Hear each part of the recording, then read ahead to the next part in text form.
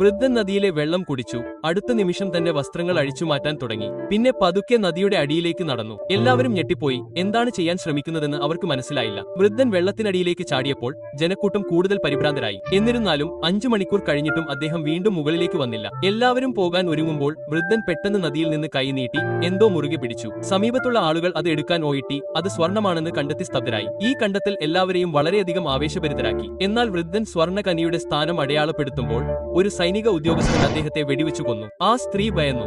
അവൾ തന്റെ കുട്ടിയെ ഉപേക്ഷിച്ച് ഉടൻ ഓടിപ്പോയി. ഓഫീസർ കുഞ്ഞിനെ വെടിവെക്കാൻ പോകുമ്പോൾ അവിശ്വസനീയമായ ചടുലയോടെ കുഞ്ഞ് പെട്ടെന്ന് വെടിയുണ്ടയിൽ നിന്ന് രക്ഷപ്പെട്ടു.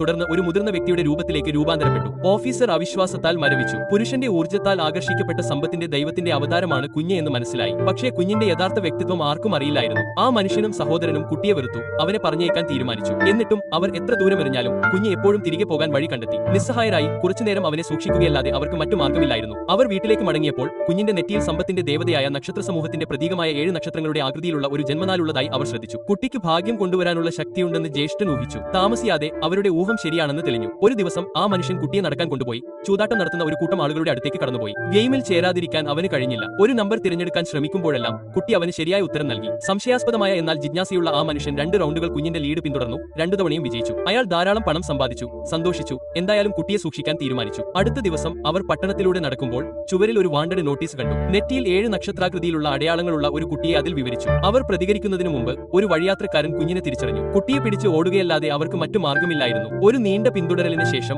ഒടുവിൽ അവർ രക്ഷപ്പെട്ടു. വടക്കൻ പ്രദേശത്ത് സമ്പത്തിന്റെ ഒരു ദൈവം പ്രത്യക്ഷപ്പെട്ടതായി മനസ്സിലായി. ഒരു വിരൽത്തുമ്പിൽ അയാൾക്ക് മറഞ്ഞിരിക്കുന്ന സ്വർണ്ണ കനികൾ വെളിപ്പെടുത്താൻ കഴിയും. അവന്റെ ശക്തി എല്ലാവരെയും അത്ഭുതപ്പെടുത്തി. എന്നിരുന്നാലും സമ്പത്തിന്റെ ദേവനെ തന്റെ ശക്തി ഉപയോഗിക്കാൻ പ്രേരിപ്പിക്കാൻ ഒരാൾ തന്റെ കുട്ടിയെ കണ്ടെത്തണമായിരുന്നു. 2 സഹോദരന്മാരും ഏറ്റെടുത്ത കുട്ടിയെ തന്നെ. താമസിയാതെ കുഞ്ഞിനെ പിടിക്കാൻ പട്ടാളക്കാർ എത്തി. എന്നാൽ ആ മനുഷ്യനും സഹോദരനും സാധാരണക്കാരായിരുന്നില്ല. അവർ മനുഷ്യരൂപത്തിലുള്ള കുറുക്കൻ ആത്മാക്കളായിരുന്നു. സൈനികരുടെ ഭീഷണിയെ നേരിട്ട് അവർ ഭയം പ്രകടിപ്പിച്ചില്ല. നിമിഷങ്ങൾക്കുള്ളിൽ അവരെ എളുപ്പത്തിൽ പരാജയപ്പെടുത്തി. കുഞ്ഞ് ആ കാഴ്ച കണ്ട് സന്തോഷത്തോടെ ചിരിച്ചു.